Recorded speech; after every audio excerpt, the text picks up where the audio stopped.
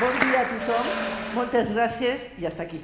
Es decir, yo entiendo catalán, pero tengo muchísimo respeto por todos los idiomas, el catalán, el inglés, y por eso no lo hablo, porque no quiero fastidiarlo. Entonces, como sé que todos me vais a entender, pues muchas gracias por hacer el esfuerzo.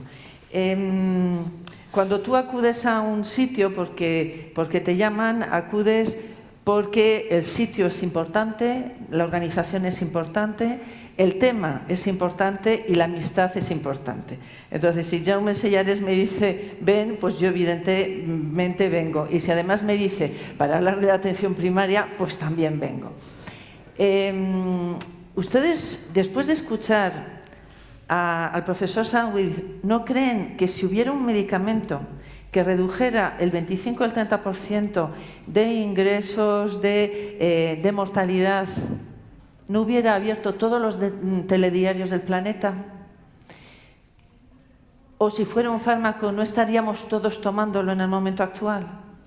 Y sin embargo, ¿cuántos telediarios ha abierto la noticia de un trabajo muy bien hecho, de que somos imprescindibles para mejorar el nivel de salud de la población? Entonces, yo creo que esto es una reflexión importante. Entonces, yo lo que hice hace poco, he de confesar que con los ojos tapados la primera vez, fue preguntarle a la inteligencia artificial. Y le pregunté, no sé hacia dónde tengo que ir, y le pregunté, lo primero que le pregunté es si tiene futuro la medicina de familia. Y lo primero que, y yo estaba así, esperando, y cuando me contestó me dijo, tiene mucho futuro. Y a continuación le pregunté si la atención primaria tiene futuro en los sistemas sanitarios. Y el ChatGPT, espera, que quiero ir para atrás. Me dice, se ha cortado, lo siento.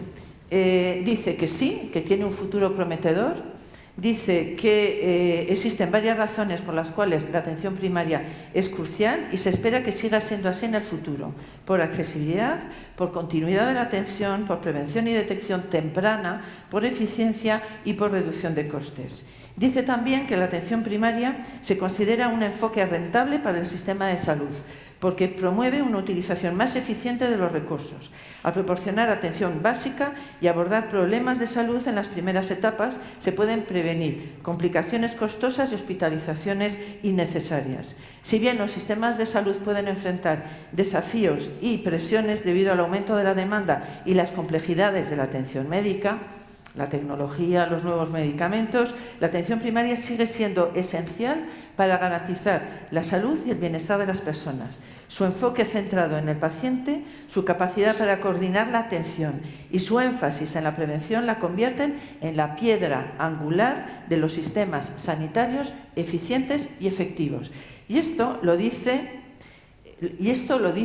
la inteligencia artificial. Claro, la reflexión es ¿por qué dice esto la inteligencia artificial? Porque yo esto lo podría haber escrito. Vamos, si me hubiera fumado un puro. O sea, hubiera cogido y hubiera dicho las mismas cosas. ¿Qué hace la inteligencia artificial? Pues hace una cosa muy sencilla, que es revisar las evidencias científicas. Lo que hace la inteligencia artificial es ver qué publicaciones hay y qué es lo que dicen. Y desde la década de los 90 del siglo pasado hay muchísima literatura, y yo he elegido las que a mí más me han impactado a lo largo de la carrera, pero todas van en el mismo sentido. Todas dicen que la atención primaria fuerte está asociada con una mejor salud de la población, con mejor salud autopercibida y con menos hospitalizaciones innecesarias.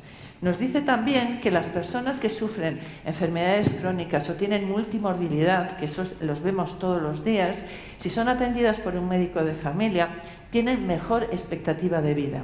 También hay un estudio que dice que si un paciente tiene varias enfermedades y es tratado por más de 3 especialistas hospitalarios, sin nadie que lo coordine, sin nadie que haga conciliación diagnóstica, sin nadie que haga conciliación terapéutica, disminuye su esperanza de vida. No porque lo hagan mal, no, sino porque el cardiólogo se centra en el corazón, el traumatólogo en el hueso, etcétera, etcétera. Pero si no hay nadie que sea capaz de conciliar y coordinar eso, las posibilidades de morir son más altas.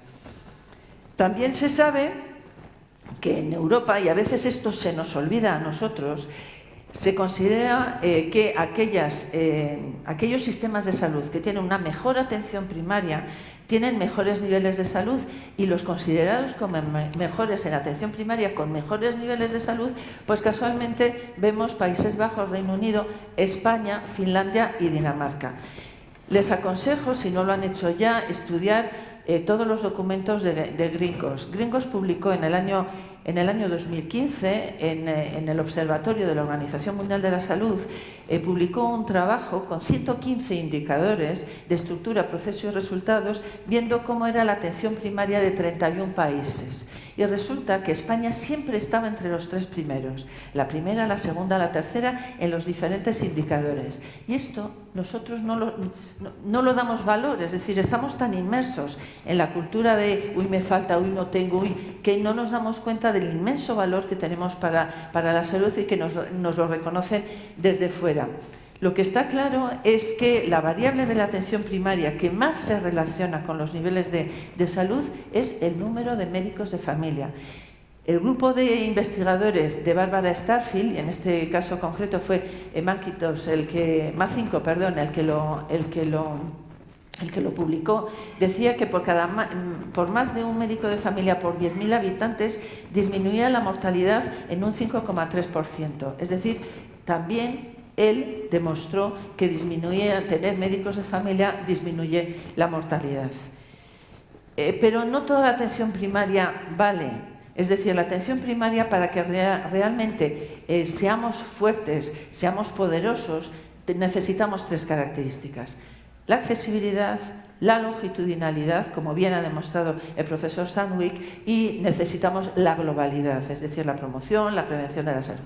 Esas 3 características son las que hacen que haya los indicadores de mortalidad y morbilidad evitable e imputable a la atención primaria disminuyan. Y eso está demostrado clarísimamente. Si tocamos cualquiera de ellas, si fragilizamos la atención primaria, si no la damos potencia, evidentemente disminuimos la eficacia de nivel y evidentemente se disminuye el nivel de salud, y por eso esta mesa se titula como se titula: Atención primaria, inversión de salud, porque es así, porque está claramente demostrado.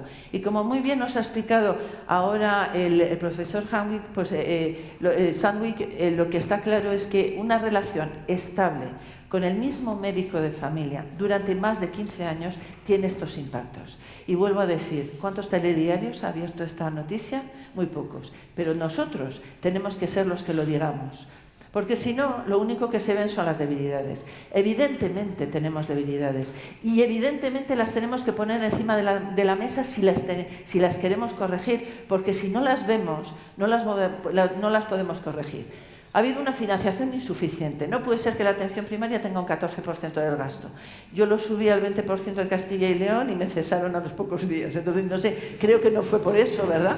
Pero tengo yo mis dudas. ¿Qué es lo que pasa cuando hay un problema, cuando hay un riesgo? ¿Qué es lo primero que se descapitaliza? La atención primaria.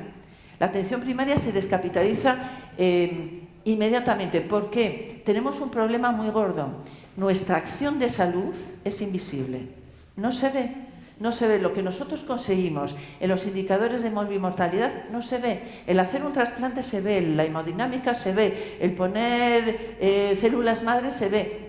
Lo nuestro no se ve, lo nuestro se ve a largo plazo y se ve en todos los indicadores. Por lo tanto, esto nos lleva a un desconocimiento político, sanitario, académico y social del valor de la atención primaria.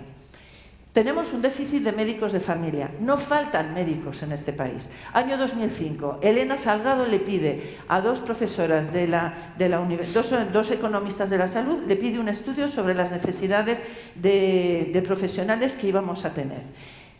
En esos resultados, que ellas se entregaron en el año 2007, se dijo que en el caso que yo conozco bien, que es la Comunidad de Castilla y León, iba a haber 18 especialidades en precario en los años 2020. Lo clavaron. No solamente faltan médicos de familia, no solamente faltan pediatras, faltan cardiólogos, faltan urólogos, faltan traumatólogos, faltan un montón de especialidades, 18. Pero hasta 47, hay algunas que están en estable y algunas están en superávit. Y seguimos ofertando las mismas plazas y seguimos ofertando lo mismo. Por lo tanto, ha habido un problema importante de planificación. Seguimos en déficit y vamos a seguir en déficit durante muchos años. Sin embargo, seguimos sacando 11.000 plazas, de las cuales la mayor parte son en superávit. Y luego nos extrañamos y decimos, uy, han sobrado 200 plazas de médicos de familia, es que no lo quieren. Ya hay muchas variables que analizar ahí. Muchas variables que analizar ahí, desde la situación en la que está atención primaria, su financiación, la facilidad del trabajo, pero también es verdad que si tú ofreces una plaza de neurofisiólogo en el Hospital Río Ortega versus a irte a formar a Miranda de Ebro, en el norte de Burgos, pues entonces a lo mejor eliges la de neurofisiólogo, entre otras cosas, porque la otra la conoces menos, porque has estado menos expuesto a la formación a nivel de atención primaria. Por lo tanto, eso hay que valorarlo, y lo que tenemos que valorar y lo que necesitamos urgentemente es que haya una planificación real de las necesidades de recursos humanos que tenemos, porque lo que hace es que si nosotros estamos formando muchos más especialistas hospitalarios, no cumplimos el indicador clave, que es el 50% de médicos de familia en el Sistema Nacional de Salud y el 50% de médicos hospitalarios. Ahora mismo estamos en un 33%, señores, empezamos con un 42% y ahora estamos en un 33%, porque si tú estás formando a mucha gente, hacen presión y esa presión se convierte en plazas que no se necesitan. Y sin embargo, creamos desiertos sanitarios. Por lo tanto, este es un tema muy importante, que es lo que nos lleva a lo que acabo de decir, que hemos pasado del 42% a un 33%. No somos, a pesar de que la ley lo dice, no somos el eje estratégico, no somos el centro del sistema, no lo somos. Es verdad que somos la puerta de entrada y, como antes te he dicho, somos la puerta, yo lo digo muchas veces, la puerta de entrada, la cocina, el comedor y hasta el váter en algunas ocasiones. Es decir, nosotros estamos todo el rato con los pacientes, o sea, no solamente somos la puerta de entrada, sino que tenemos que ser el eje estratégico. Pero una de las cosas que analizó Pelone en un estudio magnífico, dijo, ¿por qué en España, teniendo tan buenas valoraciones, no tienen tanto impacto como el que podrían tener? Pues ellos decían por dos razones, por la financiación y por el poder de regulación. No tenemos poder de regulación, no lo tenemos. Y no tener poder de regulación nos lleva a la secretarización de la atención primaria, es decir, haz las recetas del señor que le ha atendido en urgencias o le ha atendido en la planta, haz tú la baja, etcétera, etcétera. O la uberización. Hay mucha gente que lo que quiere, no los crónicos ni la gente mayor, pero sí hay mucha gente que quiere rapidez, y yo quiero el Uber ya, y a mí déjame de listas de espera y yo lo quiero ya. Entonces, todas esas cosas son debilidades que tenemos que atajar. Si no hacemos las cosas bien, si no potenciamos la globalidad, si no potenciamos la accesibilidad, si no potenciamos la longitudinalidad, disminuimos la eficacia del nivel. Y no podemos olvidar que el propio Banco Mundial llegó a decir en un momento determinado que si no hay una atención primaria fuerte, la atención secundaria y terciaria disminuye. No va a ser fuerte tampoco. Es decir, para tener un sistema sanitario muy solvente, esto es como los castellets que ustedes hacen aquí en Cataluña. O tienes una base fuerte o al 10º piso no se llega, o no sé cuántos pisos pueden llegar, pero no se llega, se cae toda la estructura. Por lo tanto, es fundamental que la atención primaria sea muy potente. Hay una sobrecarga asistencial, como antes se ha dicho muy bien, médico-centrista. O sea, nos llega una cantidad de cosas todos los días a la consulta, que pueden llegar a ser algunos días del 50%, que hay otros estamentos que lo pueden hacer mucho mejor que nosotros. O sea, a mí me preguntan cosas que digo, yo qué sé, que lo podría haber resuelto un administrativo sanitario, no el médico. Entonces, todo acaba en el médico, hay muchísima burocracia y eso hay que sacarlo porque le quita valor al acto médico. Hay que hacer prácticas de valor. Entonces, lo que tenemos es que a veces hacemos poca clínica de valor, poca atención primaria y, desde luego, poca atención comunitaria, que es absolutamente clave para mejorar los niveles de salud de la población. Hemos mejorado mucho. De hecho, hay un 75% de facultades de medicina de España que tienen la asignatura de medicina familiar y comunitaria obligatoria. Es decir, esto han sido pasos de gigante, pero todavía nos queda mucho. Nos queda mucho porque todavía hay algunas facultades en las que no hay exposición a la atención primaria y se sabe que la elección vocacional tiene que ver mucho con el conocimiento. Yo nunca jamás me voy a enamorar de alguien a quien no conozco. Es imposible. Tú tienes que conocer. Para enamorarte de la atención primaria la tienes que conocer. Entonces es muy importante el tema de las facultades de medicina y la presencia no solamente como asignatura, no solamente como prácticas tuteladas, sino también como exposición transversal a lo largo, porque no puedo yo contar las otitis, si quien las ve soy yo, o la neumonía adquirida en la comunidad, o el acné grado 1 grado 2, o muchísimas cosas. Es decir, que tenemos muchísimas posibilidades de intervención de una manera transversal, haciendo pensar como pensamos los médicos de familia desde el grado. Hay una enorme heterogeneidad de la asistencia y de la práctica asistencial. No tenemos sistemas de información buenos. Yo no sé, aquí en Cataluña no lo conozco, pero yo intenté mejorar el sistema de información que midiera resultados y que midiera desempeño. Y yo creo que es muy importante a la hora de planificar. Si eso no lo tenemos, planificamos muy a ciegas. Es difícil compaginar asistencia, docencia, gestión clínica e investigación. ¿Y qué nos ha llevado a esto?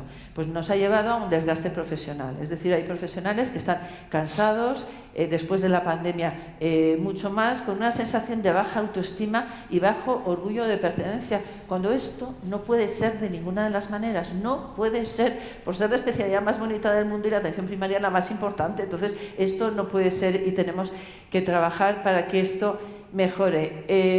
Esa gráfica que hay arriba es Castilla y León. Somos 2.300 médicos de familia en Castilla y León. Nos podemos jubilar 1.100 en los próximos 3 años, 700 residentes formándose nuevos.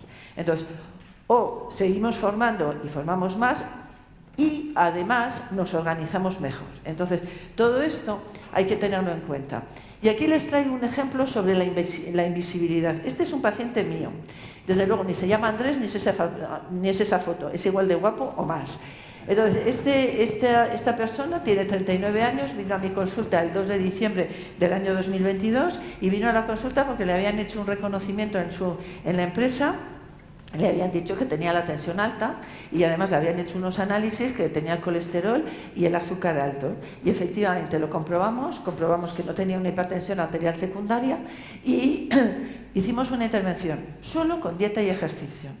Y mucho hablar, y mucho educar, y mucho estar pendiente de él. Pero lo que está claro es que 6 meses después, el 6 de junio, pesaba 85 kilos, tenía una tensión arterial normal, un azúcar normal y unos colesteroles normales. El índice de riesgo inicial era del 7%, incluido un evento cardiovascular grave, y 1% ha sido 6 meses después. ¿Esto ha salido en los periódicos? Ni sale, y esto sucede todos los días en atención primaria en muchísimos pacientes de las personas que están probablemente en esta consulta. Sin embargo, lo que sí que impacta en los medios es que este chico, Andrés, 20 años después, podría ser esa persona que está encima de esa camilla, gordo, que casi se cae por la camilla, pero lo que sale es la mesa basculante, la importancia de la hemodinámica, la importancia... No, esto es un fracaso. Es un fracaso nuestro y un fracaso de la medicina, porque esto ya lo decía Hipócrates. La mejor medicina de todas es enseñar a la gente cómo no necesitarla. Y ese es una de las grandes potencias de la atención primaria, la promoción de la salud y la prevención de la enfermedad. Y si esto no lo hacemos, pues lo tenemos complicado. En cuanto al desánimo y agotamiento de los profesionales, esto no es consuelo, eso de mal de muchos consuelo de tontos, pero lo cierto es que esto es algo que nos está afectando a todos los países. Hicieron un estudio, Stove y colaboradores, en cuanto a eso, al desánimo y agotamiento. Y los que estábamos más agotados y más desanimados éramos los españoles. Utilizaron una escala de 1 a 5. Si se dan cuenta, ninguno supera, se me ha ido de la pantalla, pero ninguno supera el 3. Los más son los daneses, los noruegos no están nada mal, pero los daneses están en 2,9 y nosotros en 2,2. Es decir, no hay un gran entusiasmo general en la medicina de familia a nivel de todo el mundo, con lo cual también hay que reflexionar para hacer esto más potente. Y hay una cosa que decía Barbara Starfield: si queremos que las personas en la base estén muy motivadas, hay que trabajar sus entornos laborales y probablemente pagarles más que a los cardiólogos, que a los neurólogos, etcétera, etcétera, porque su valor es muy importante a la hora de determinar la salud. Entonces, ellos lo que decían es que había un descontento generalizado entre los médicos generales en varios países, que la proporción de médicos de familia en el personal médico estaba disminuyendo a pesar de la creciente importancia de la atención primaria, es decir, se está produciendo esa distorsión, y existe una fuerte relación entre el Producto Interior Bruto per cápita y la satisfacción laboral de los médicos de familia. Tenemos amenazas, tenemos varias amenazas, es decir, no solamente tenemos debilidades, sino amenazas de fuera, que es el hospitalocentrismo financiero, asistencial, docente, investigador y mediático. Y esa es una realidad. Tenemos un peligro de no sostenibilidad por la descapitalización de la atención primaria, que es lo primero, el chocolate al loro. O sea, vamos a quitar el chocolate al loro porque vamos a resolver la financiación de nuestra casa. Pues eso es lo que se hace muchas veces. También el pensar que la única solución que tiene el sistema sanitario pasa por la sanidad, ni muchísimo menos. Esto, la LOM 1978, es decir, que hace muchísimos años se sabe que estilos de vida, entornos, tiene más influencia sobre la salud, y ahí es donde estamos posicionados la atención primaria, para trabajar con nuestros pacientes en estilos de vida y entornos. En algunas comunidades autónomas tenemos graves problemas de despoblación del medio rural, con dispersión geográfica y todos con envejecimiento de la población. Es decir, esto son variables que las tenemos ahora. Y luego tenemos un problema muy importante que he vivido en primera persona. No hacemos política sanitaria con mayúsculas, hacemos política con la sanidad y nos atizamos los unos a los otros con la sanidad. Pero cuando tú propones, vamos a hacer un pacto por la sanidad, vamos a sentarnos para ver qué puntos en común tenemos, nadie quiere. Nadie quiere, y da lo mismo, o sea, nadie quiere. Y eso es un problema importantísimo. Luego, también aquí se ha hablado, tenemos una resistencia al cambio. A mí me hacía mucha gracia esto.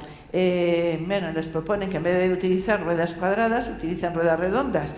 Y entonces dicen, no, gracias, estamos muy ocupados. Esto a lo mejor somos nosotros algunas veces. Es decir, a veces tenemos resistencia al cambio porque nos cuesta cambiar, porque estamos acomodados, porque creemos que lo que se está planteando va a ser mucho peor, o, bueno, esa resistencia al cambio que puede ser completamente natural, pero luego hay una resistencia al cambio interesada. Hay mucha gente que le interesa que esto no funcione, y como me interesa que no funcione, voy a hacer que no funcione. Y te voy a dar en todos los sitios para intentar que tú no progreses en las propuestas que estás haciendo. Y eso nos puede pasar mucho. Y eso genera algo que este señor, Daniel Kahneman, que es Premio Nobel de Economía y es psicólogo, y hablaba del ruido y cómo los ruidos influyen sobre las decisiones políticas. Y a veces el ruido mediático es el que hace, y nosotros hacemos ruido pero lo hacemos mal. Es decir, hacemos un ruido en negativo todo el rato, y eso yo creo que no es bueno. Entonces interesa más posicionar aquellos ruidos positivos, los que me dan a mí más gloria. ¿Cómo se comunica? Pues aquí hay dos noticias que a mí me ponen de los nervios. Bueno, dos noticias que una me pone de los nervios y otra me encanta. Y me explico. La primera, solo 45 de los 2.000 primeros MIRs eligen atención primaria. Primero, la atención primaria no es una especialidad, es un ámbito de trabajo. La especialidad es medicina familiar y comunitaria. Y segundo, dice que la especialidad que asume el 80-90% de los problemas de salud, no, asume el 100% y resuelve el 80-90%. O sea, no pueden tener más errores en cuatro líneas. Entonces, esa es la primera noticia. La otra, cogen a los que han elegido el MIR con los mejores números y dicen 7 magníficos del MIR. Y dicen la mejor definición que he oído yo de la medicina de familia. Dice, nos gusta ser médicos de alguien. Somos médicos de alguien, no somos médicos de un órgano, de un sistema, no somos médicos de alguien, de personas. Entonces, la definición es bonita y me gustó mucho esta noticia. Cuando hacemos el tratamiento del MIR, pues es que llama mucho la atención, porque es que fatal, han quedado 200 plazas vacantes, los peores números cogen medicina de familia. Hombre, señores, vamos a ver, estamos comparando dimensiones muy diferentes. El primer número que eligió este año medicina de familia lo eligió con el número 14. Éramos el número 15 en número de plazas elegidas de las 46 especialidades cuando los dos primeros números habían elegido, que es cuando todas las especialidades tienen oferta de plazas. En ese momento, 6 especialidades no habían elegido ninguna. 14 entre 1 y 10, 4 entre 10 y 20 y 5 entre 20 y 42. Es decir, eso de solo han elegido 45, 46 ya es torticero. Pero también hay que saber que hay 45 especialidades que ofertan 6.095 plazas entre 10 y 413 plazas. La media son 135. Medicina de familia, 2.455. Siempre tendremos que estar en la cola. No vamos a poder coger los 2.000 primeros, a no ser que todos quieran ser médicos de familia, y esto afortunadamente no va a ser así. Y digo afortunadamente. No se pueden comparar magnitudes tan diferentes. O sea, tú cuando comparas una magnitud pequeña con una grande, a cualquier matemático que se precie te va a decir que no es comparable, que tienes que hacer un estudio. Pero si analizamos, cuando endocrinología agota sus 103 plazas, se habían elegido 191 plazas de medicina de familia. Cuando reumatología agota 82 plazas, 406 plazas de medicina de familia. Y cuando neumología agota 157 plazas, medicina de familia 637. Es decir, que los datos los podemos comunicar de maneras distintas, de maneras muy, muy distintas. Entonces, lo que está claro es que nosotros ahora mismo estamos en una situación de crisis. Todas las crisis pueden ser crisis de desarrollo, es decir, podemos y debemos dar una patada para arriba y subir. Tenemos una crisis política, por lo que decía antes. No hay manera de que se sienten los políticos a hacer un pacto por la sanidad, pero yo creo que lo tenemos que exigir. Se está tocando el modelo en algunos sitios, y tocar el modelo significa que tenemos un modelo del Sistema Nacional de Salud con un eje central estratégico puerta de entrada, que es la atención primaria. Y en algunas comunidades se está empezando a tocar ese modelo. Y eso tenemos que ser muy cuidadosos, porque lo que está claro es que también los estudios demuestran que el Sistema Nacional de Salud público con eje estratégico en atención primaria mejora los niveles de salud. Es inversión en salud. Sin embargo, otros modelos disminuyen, y hay estudios preciosos que se acaban de publicar en el Reino Unido diciendo que genera muertes. Y es verdad, es decir, que lo que no genera salud genera muerte. Por lo tanto, cuidado con estos cambios. Se produce descapitalización financiera y de recursos en atención primaria. Esa mala planificación que se ha hecho de los médicos de familia, a mí me pasó en el año 2014. Tú córtame, porque puedo ser como Fidel Castro, puedo estar aquí 7 horas dándole al pico. En el año 2014 yo solicité para formar, cuando era presidenta de la Comisión Nacional, 2.500 plazas de médico de familia. El entonces director de Recursos Humanos, que no es el que tenemos ahí, sino otro, bastante distinto, me dijo: mira, Verónica, a los médicos de familia no interesáis ni a la universidad ni interesáis a las comunidades autónomas. 1.600 plazas de formación. Que se lo expliquen ahora al Bierzo, a Miranda de Ebro y a todos los pueblos o los sitios a donde no están llegando médicos de familia, porque tenemos un problema de oferta y demanda clarísimo. Y si en ese momento se hubiera hecho un poquito de caso a todos los estudios que presentábamos, a lo mejor no estaríamos con el déficit de médicos de familia, que sí que lo hay. Tenemos un problema de planificación, como acabo de decir, un problema de gestión, porque no tenemos poder de regulación en el sistema, y un poder de organización interna. Es decir, la burocratización que tenemos hay que sacarla de alguna manera de nuestras consultas. Entonces, hay que tener estrategias y tácticas. La primera es aumentar el valor de algo. ¿Cómo aumento el valor de algo? Blindando sus características, y por otra, poner en valor algo. Tenemos que nosotros mismos poner en valor lo que hacemos, demostrar lo que hacemos, estar orgullosos de lo que hacemos. Entonces, lo que está claro es que tenemos que tener un modelo del Sistema Nacional de Salud público con una financiación de la sanidad mejor que la que tenemos en general, es decir, con un Producto Interior Bruto más alto del que tenemos, y desde luego con una financiación blindada finalista para la atención primaria. Tenemos que planificar mejor tantos recursos, tenemos que mejorar nuestra organización, nuestra gestión, la comunicación que hacemos interna y externa, trabajar en la universidad y en la formación especializada. Y cuando digo trabajar en la formación especializada, no digo solamente, yo he sido muy defensora de la troncalidad porque siempre he pensado que también los especialistas de otras especialidades podrían beneficiarse de aprender con los médicos de familia, aprender en la atención primaria, porque es donde nacen las enfermedades que ellos van a ver después. Por lo tanto, hay que trabajar en todo eso. ¿Y qué hay que hacer? Fortalecer la accesibilidad, longitudinalidad y la globalidad. Proteger esto es fundamental. Es fundamental si queremos que la atención primaria funcione, dar poder de gestión, organización y regulación a la atención primaria, fortalecer la comunidad y el domicilio en vez de hacer tanto acto burocrático, a lo mejor hacer alguna actividad con activos comunitarios podría venirnos muchísimo mejor para mejorar la salud, fortalecer la financiación y la recapitalización, fortalecer los sistemas de información, fortalecer la formación generalista en el grado, es fundamental. Los cachitólogos están muy bien, pero no es eso lo que se necesita alguien con perspectiva biopsicosocial y global y desde el grado.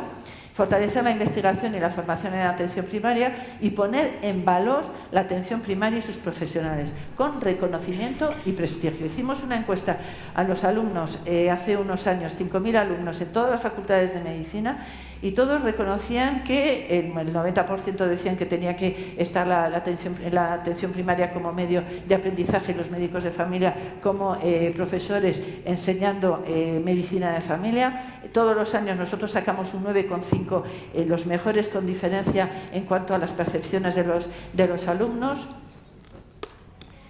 Y por lo tanto tenemos y ellos nos decían que decían una cosa que es importante, y es que decían que nosotros teníamos prestigio social, es decir, es verdad que nuestros pacientes nos quieren y tanto es así que vienen a decirnos, oye, me has mandado al cardiólogo y me ha dicho que me tome esto, me lo tomó. Eso os ha pasado a todos, yo estoy segura que vamos, que todos los días. Entonces, prestigio social tenemos, pero no prestigio académico. Y el prestigio académico tiene mucho que ver con la investigación. Entonces, es muy importante que sigamos investigando en atención primaria y que sigamos formando en atención primaria. Hay que poner en valor la atención primaria y, por lo tanto, como decía, el reconocimiento y prestigio. Y voy a acabar con esta frase que a mí me gusta mucho, que es de Gregorio Marañón, que dice: no sabrás todo lo que valgo hasta que no pueda ser junto a ti todo lo que soy. No sabremos todo lo que vale la atención primaria hasta que no podamos hacer de verdad la atención primaria que debe ser. Y la atención primaria no se tiene que reformar ni reconstituir, no. Lo que hay que reforzarla, lo que hay es que fortalecerla. Pero los mimbres los tenemos y prueba evidente es que estáis ahí. Muchas gracias.